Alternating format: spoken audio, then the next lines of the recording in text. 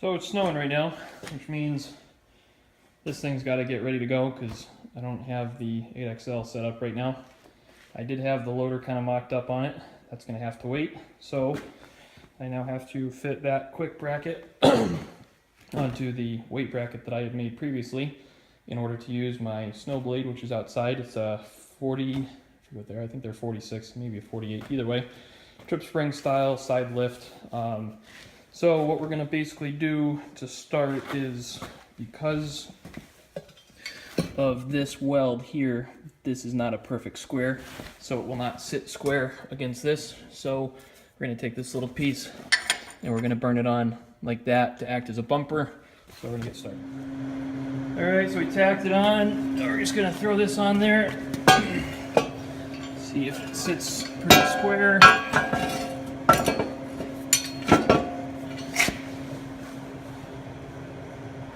See, the buffer's doing its job. It's a hair thick. That's okay, we can make up for that later, so I'm going to go ahead and burn that in. Alright, so that's welded in.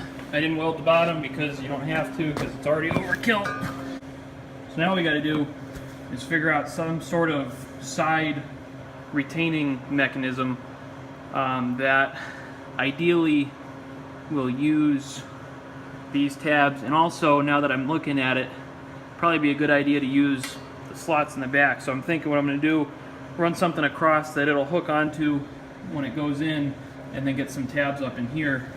So what I'm going to want to do is just kind of see where this thing wants to sit, which appears to be right about there, and then it doesn't need to be dead level because it's only a plow.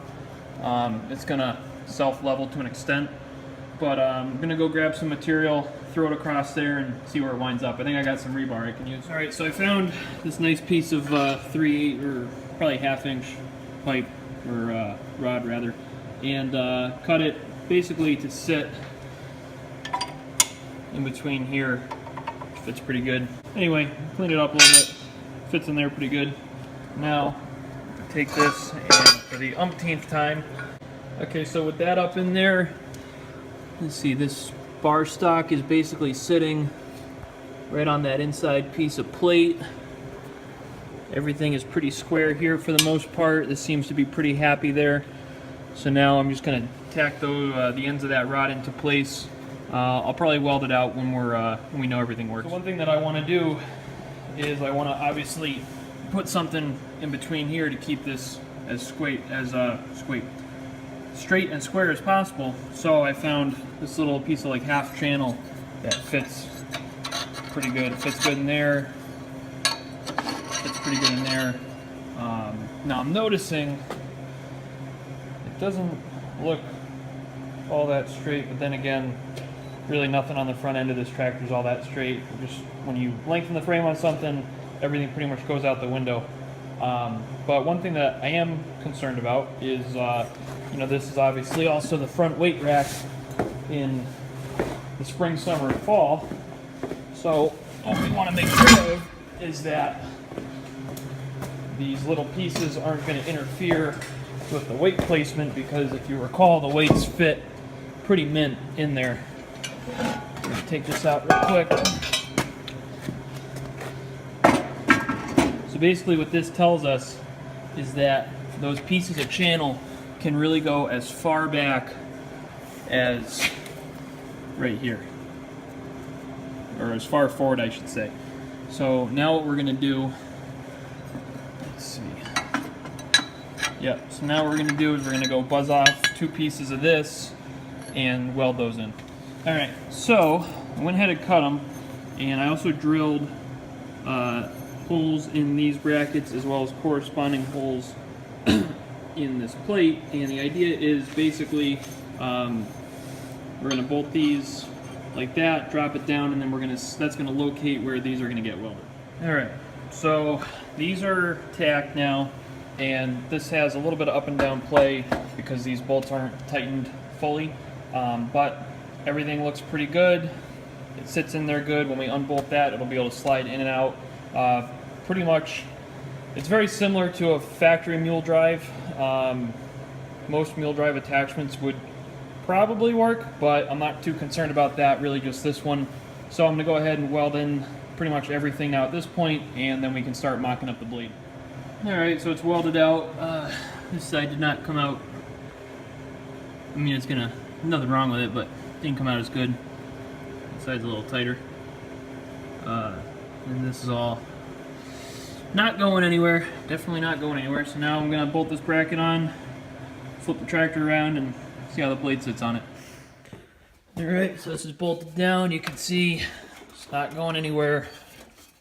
Really pretty happy with how that fits. So now we got to throw the blade on it, and then I have to run up the street and grab the parts for the lift rod and figure out how we're going to make that work with the extended wheelbase. Alright, so the blade's on. As you can tell by the downward slope of that angle, it's the tractor is taller than the blade is intended for, and I'm wondering if that's going to become an issue with this lift mechanism. That might be interesting.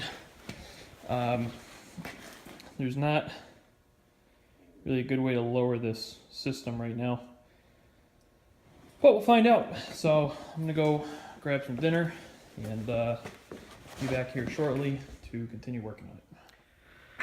So here's the lift mechanism bolted into place, and it's very similar to like the later style mower deck lift mechanism.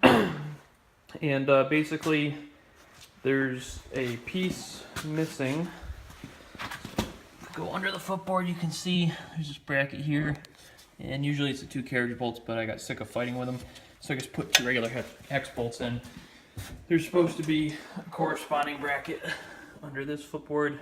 It is missing. I never got it.